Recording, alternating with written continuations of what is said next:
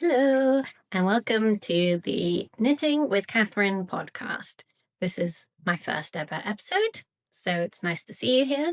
I have a stack of finished objects, some works in progress, and a couple of acquisitions to run through. So you probably know the knitting podcast drill by now. Grab yourself a drink and a project to work on, and I hope you enjoy listening to today's podcast. Poor Rory.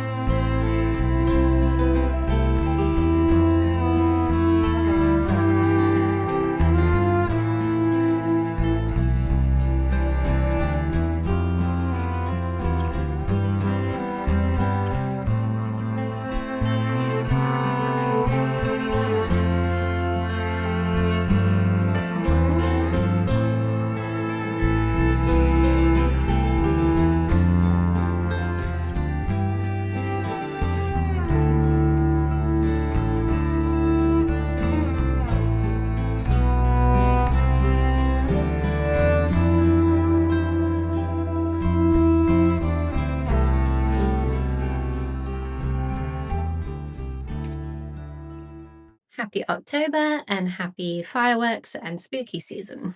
Oh, my cat's come to look at my works. Oh, Rory. Do you like my Halloween press-on nails?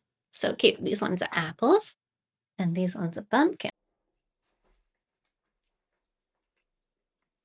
So the first finished object is obviously the Rosie sweater, which is what I'm wearing at the moment. And it's like absolutely my favorite sweater that I've made so far. It's so autumnal and it's really cozy. Like I don't need to wear a coat, which at this time of year, like I feel normally by October time, I would be wearing my thick woolen coats and scarves by now. But actually just this jumper and a scarf and some thick tights and I'm doing good. I'm really happy with my color choice. I think espresso brown is really popular this autumn winter. I've seen it a lot on the high street as well, and a lot of people knitting brown jumpers and cardigans. So yeah, I'm very happy that I kind of stuck to the original color scheme, but just made it a bit more warm toned. While I do really enjoy the process of knitting, I find that the main appeal for me is with my eclectic taste that I can make things to my very specific needs. So picking the color, picking how long you want it to be. It's just something special about knitting that it allows you to do that. I actually used to only own 2 cardigans because I just couldn't find anything that I liked. So yeah, I finally have cardigans and jumpers that I will actually wear. When it comes to prints that I like a lot of diamonds, like the shape diamond, and flowers, obviously, and tartan as well. But yeah, this made a lot of sense for me as I love flowers, and I just think it looks super cute, like cozy, oversized. Yeah, very nice.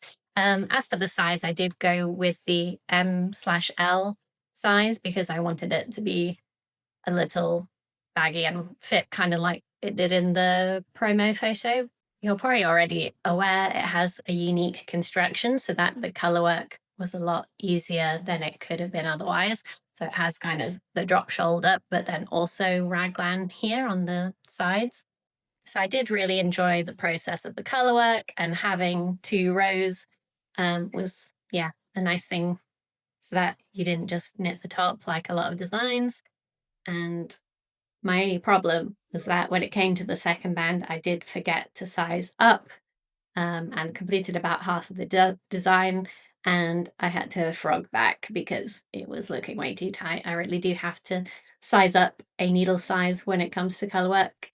The main yarn that I used was the Sadness Garn Teen Peergynt, and in the undyed natural wool color, which I really like, and the brown color, which I think was called Chocolate.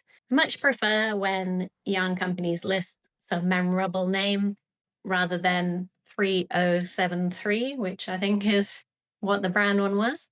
As for the mohair, I didn't use the recommended one, as I'd tried that before and I found it to be very itchy. So I tried the Isaga silk mohair this time, and along with the matching coloured yarns. So the first one is also undyed, and then the brown is actually much darker than the main wool. It is called Coffee. Yes, no. Yes, so the wool is chocolate, the mohair is coffee. So together it makes quite a mottled brown effect, which I really like, and I think it gives it some dimension. I also think I finally have got the hang of Italian bind off. It took me quite a while to understand where you go through the middle after the repeats, but yeah, it's really ingrained in my mind now.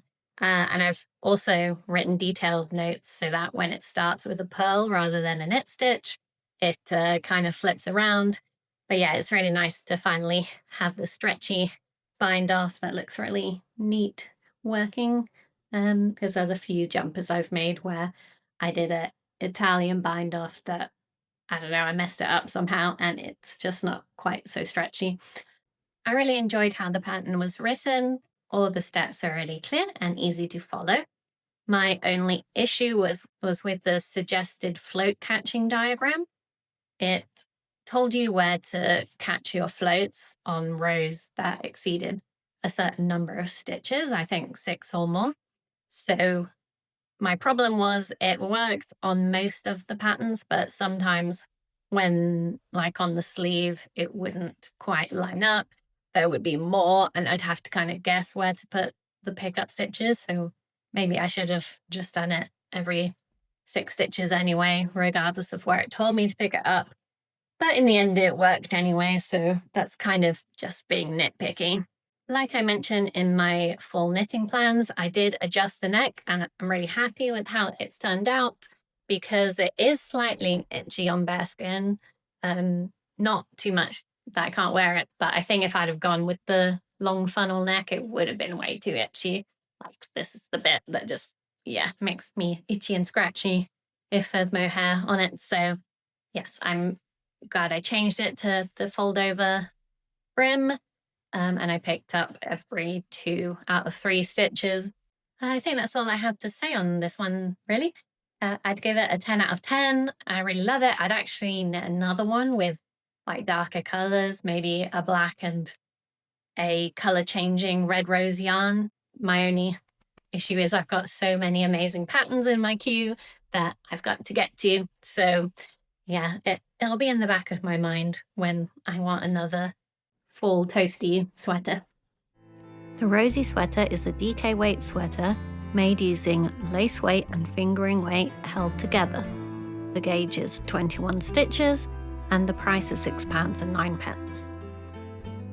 My next finished object is the Cassiopeia hat by Hermann Sørensen, and it is this cute fisherman beanie. May I hold it this side?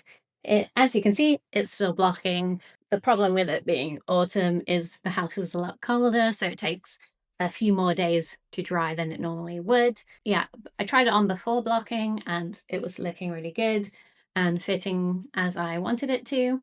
So I'm not a fan of really tall beanies. I do need it to cover my ears because I get earache when it's windy outside, but I don't want it to kind of be above where my head is. And I mean, I have a normal circumference of head, but I think I have quite a flat head. So yeah, I did remove one repeat of the cabling.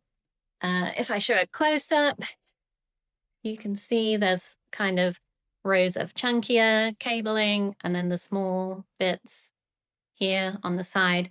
And then this brim is like triple folded, in that you start just with stockinette and then you fold it over, and then you kind of make a folding line. I don't know what it's called, where it kind of wants to fold in on itself so that, yeah, you can then do the main bit of the hat.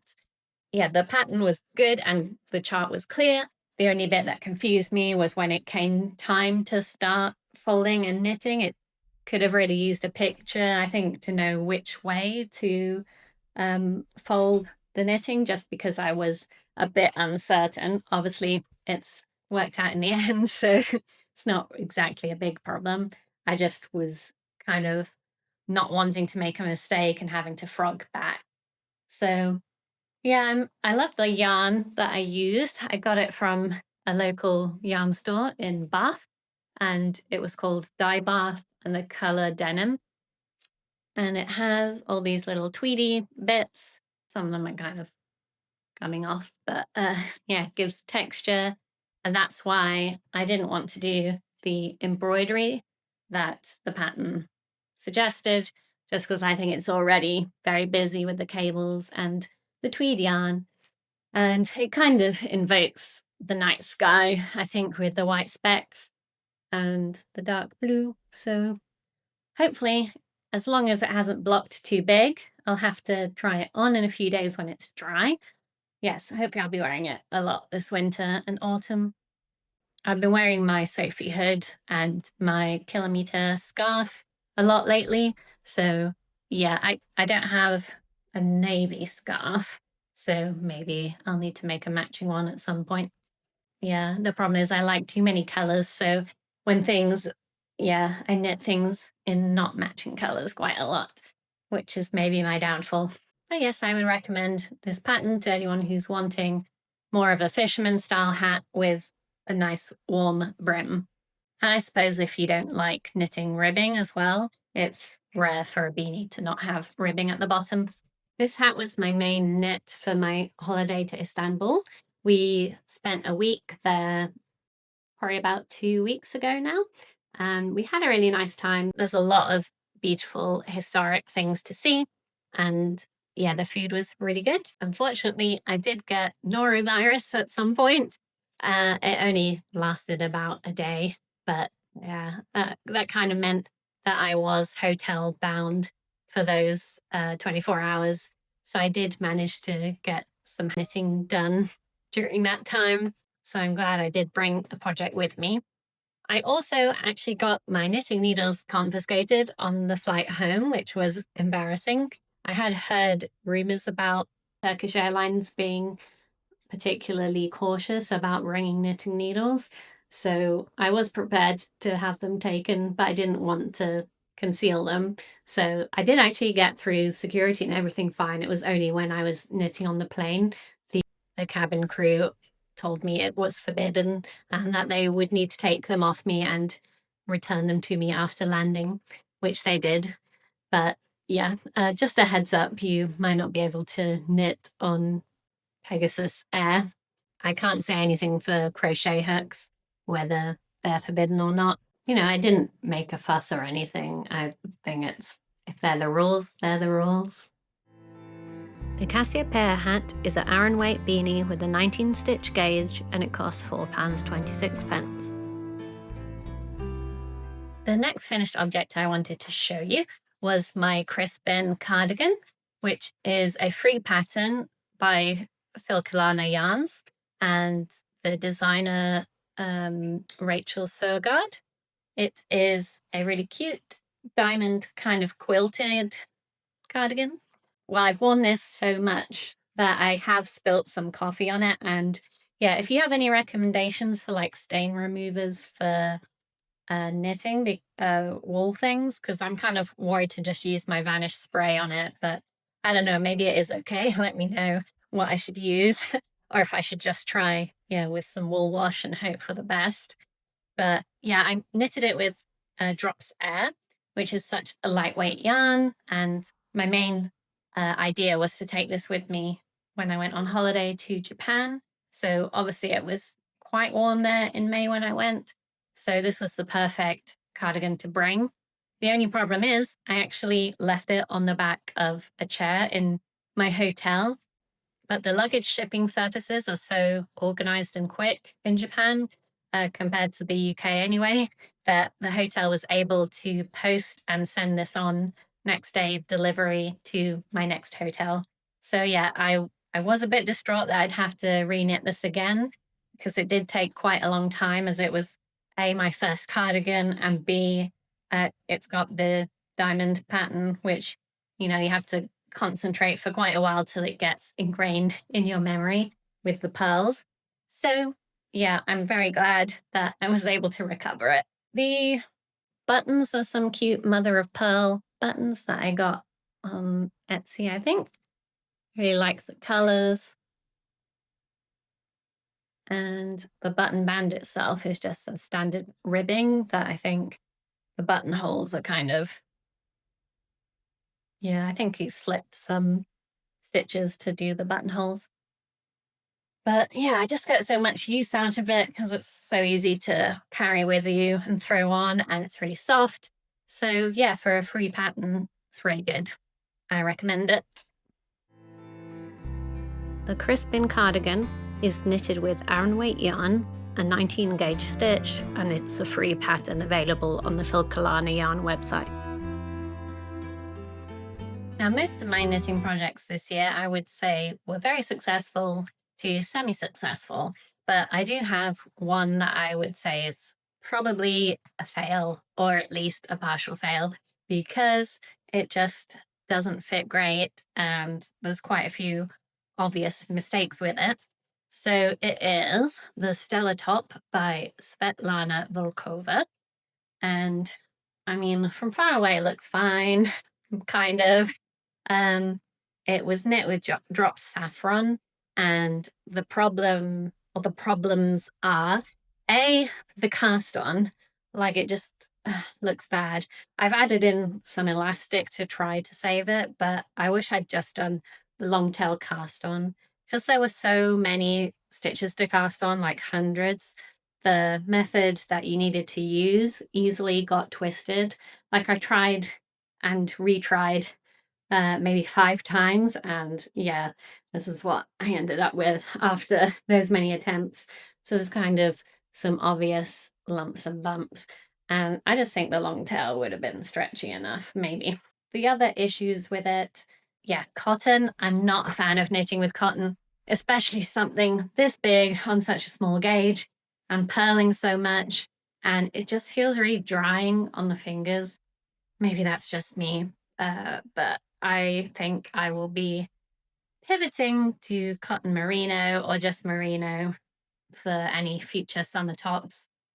It also looks like a bit bulbous here. I think the number of picking up stitches as well was just off. I found parts of the pattern confusing, to be honest. But yeah, the pickup rate for the armhole is just so small, like it's really tight and a bit uncomfortable to wear. And that's after blocking it, and I stretched out as much as I could while blocking. And another thing, like it stains really easily. Like I just tried it on for the video, and I've got lipstick on it already.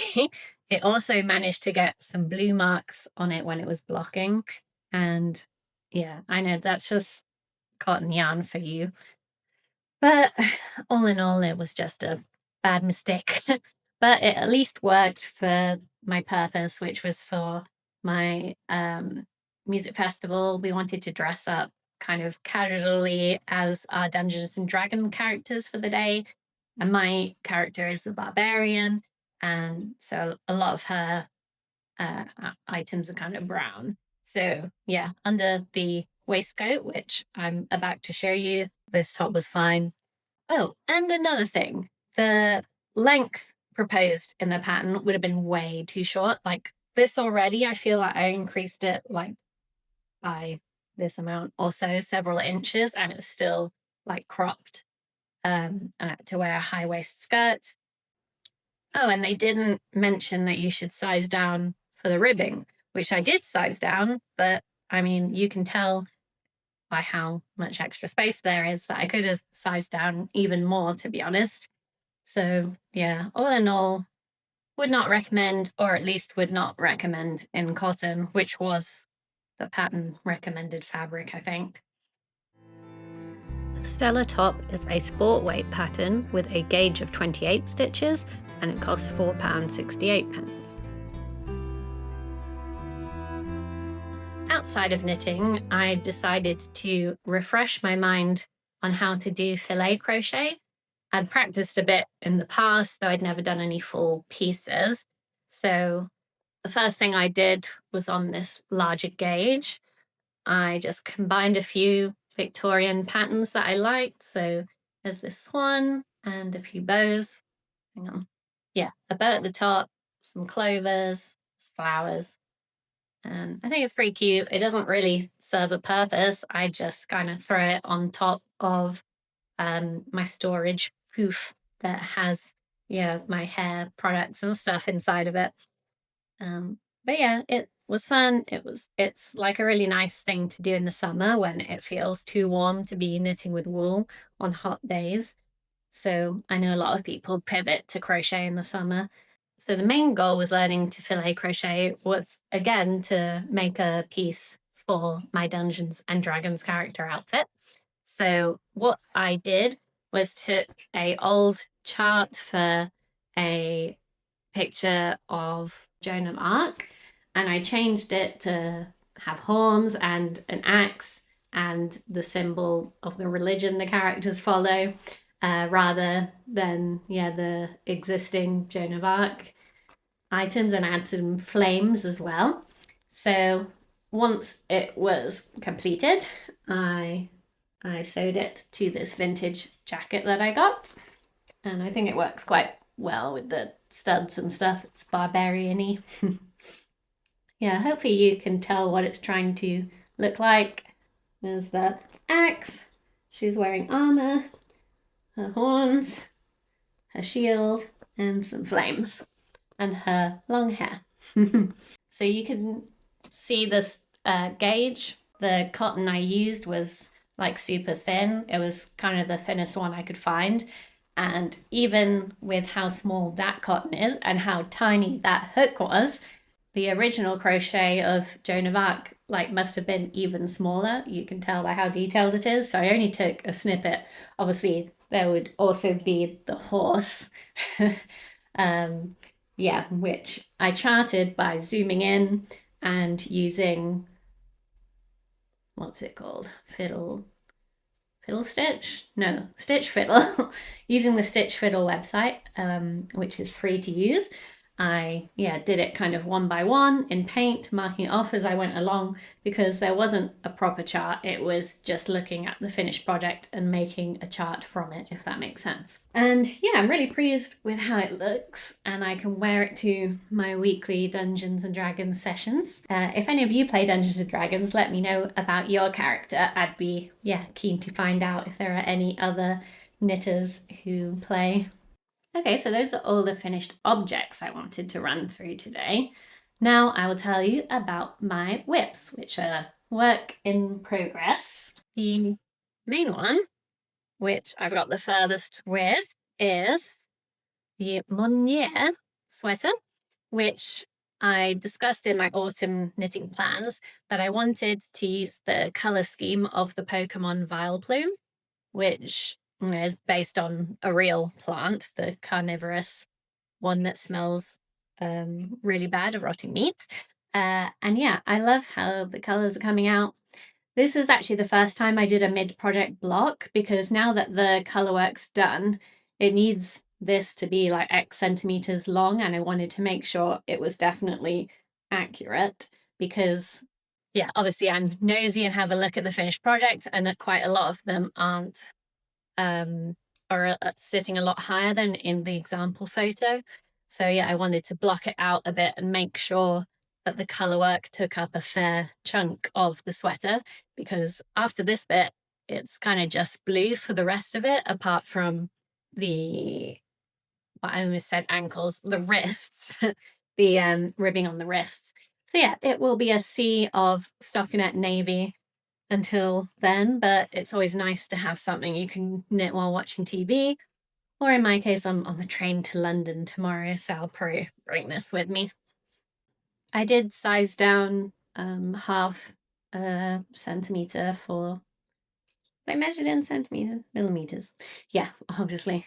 Half a millimetre for the colour work. So now I am on 5.5 millimetres for the rest of it. I actually didn't block it like on a separate cord because I couldn't be bothered to put it back on the needles afterwards. I just blocked it with the needles attached and the yarn attached. So yeah, now I'm ready to go now that it's finished its temporary blocking. And I think it'll look really cute. It seems to look like it'll fit well. And the colors are so nice and pretty. And I did that black and white test just to make sure the contrast was good enough. And yeah, that worked before I ordered it. The final step will be to add the white dots onto the flowers by overstitching them. And I think I'll save that for last as a little treat for finishing the rest of it. I really like how the neck is looking. I chose the shortest option for the funnel neck, and I think I'm happy with that choice. Although this yarn is so super soft, I don't think it would be itchy if I had done a long neck. I just think because of the cast on, it might have looked, yeah, a bit wonky if I'd done it too long. I'm super excited to see how it will look worn, and I'm really interested to know if I will suit circular yokes or not. I know a lot of people really dislike them. I think it probably depends on the construction, how low like the armholes fit, because I know some people say that they like start halfway down the body and it looks weird. So yeah, first circular yoke. Oh, a frog in my throat. Yes, that is my main work in progress, and I imagine by next podcast that will be finished. The Móinéar sweater is an Aran weight sweater with a 17 stitch gauge, and it costs £6.34. The next work in progress is the Korsvika Jacket, which is made by knitsbypia. And does anyone else use like a cooking mixing bowl to hold their yarn? Because I had a wooden yarn bowl and the yarn would just catch like on little splinters. So I kind of want like a nice metal yarn bowl, but I don't know if they exist.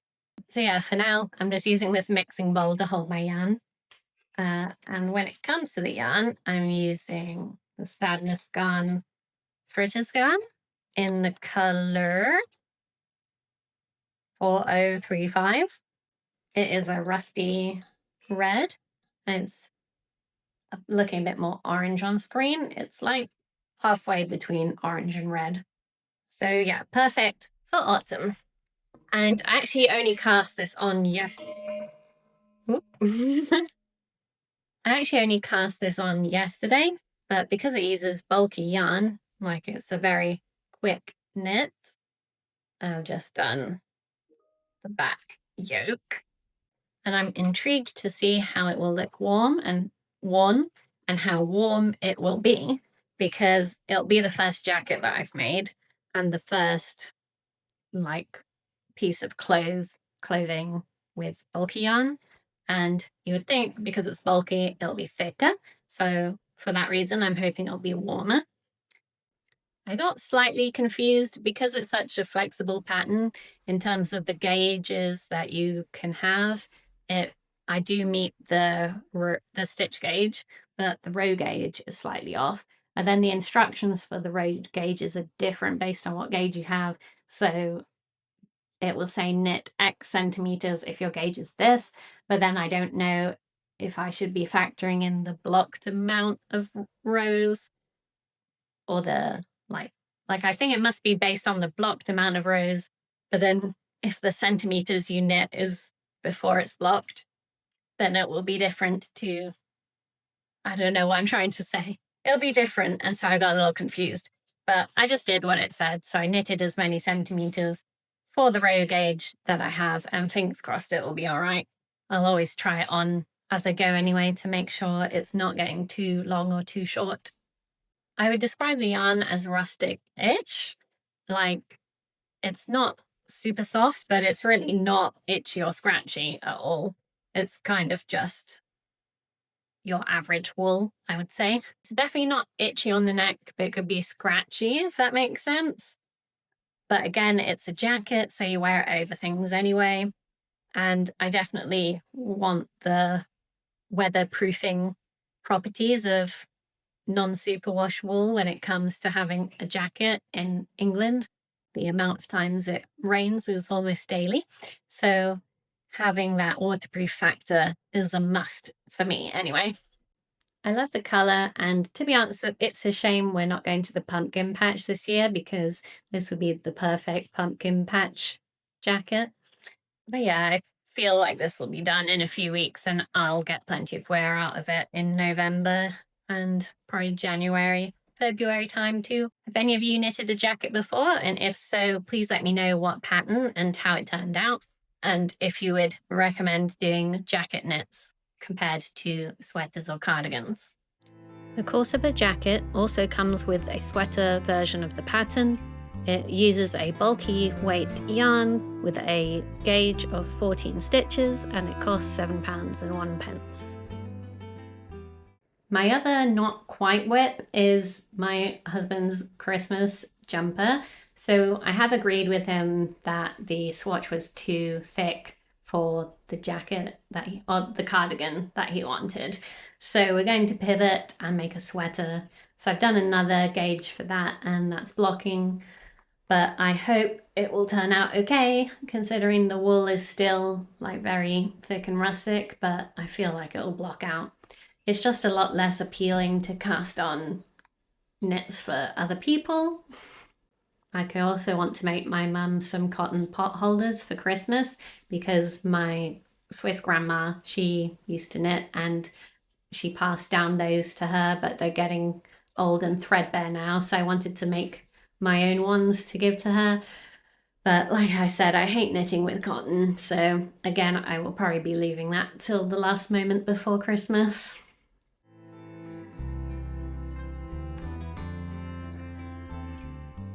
So during our trip to Istanbul, we did briefly go into the Grand Bazaar, but it was very chaotic and overwhelming. So the only yarn store that I went to was actually on the Asian side across the Bosphorus.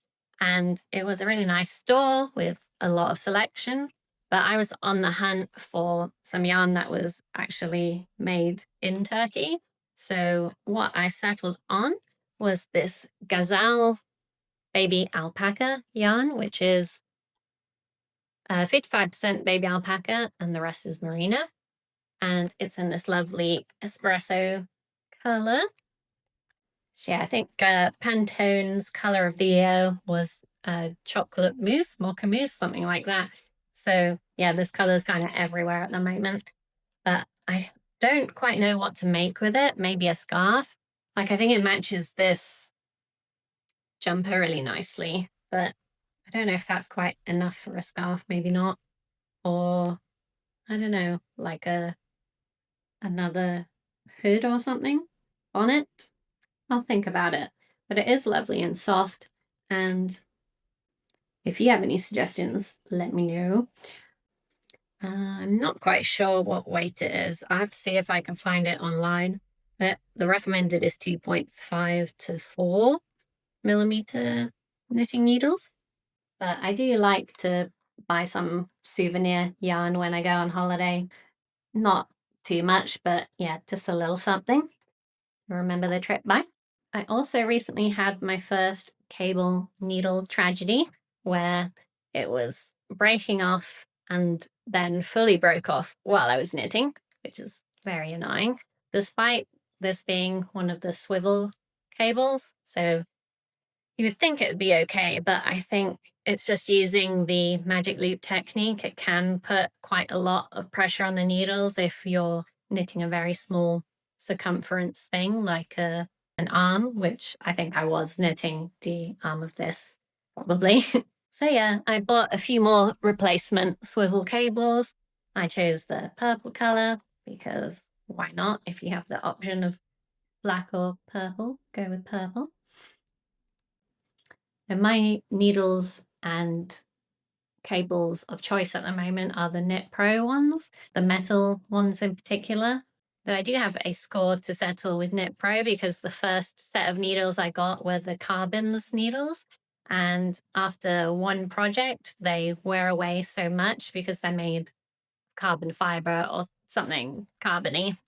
And yeah, it's just gets worn down by the pressure of the needles or the friction of the needles on each other that they are not in a usable state anymore, which, you know, was quite a waste of money. But then I thought, because I'd got the cables, that I'd try the standard metal version. So that's what I use now, the Zing ones, and they're in the nice assorted rainbow of colors. I think this one has the clearest example. If you can see, it has like been worn away so much that this is now a bump that the yarn will get stuck on. So yeah, do not recommend the Carbons needles unless you're someone who really only ever works the very tip of the needles. But yeah, I definitely slide down quite a lot.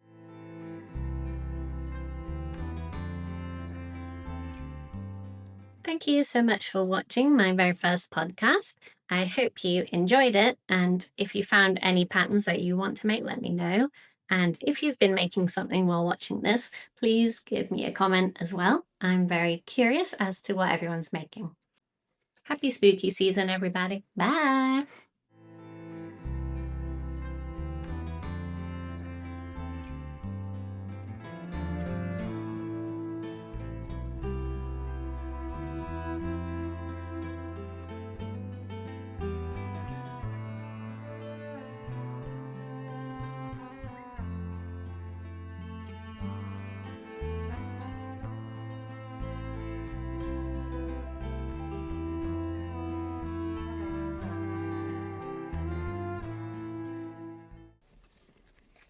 Ow.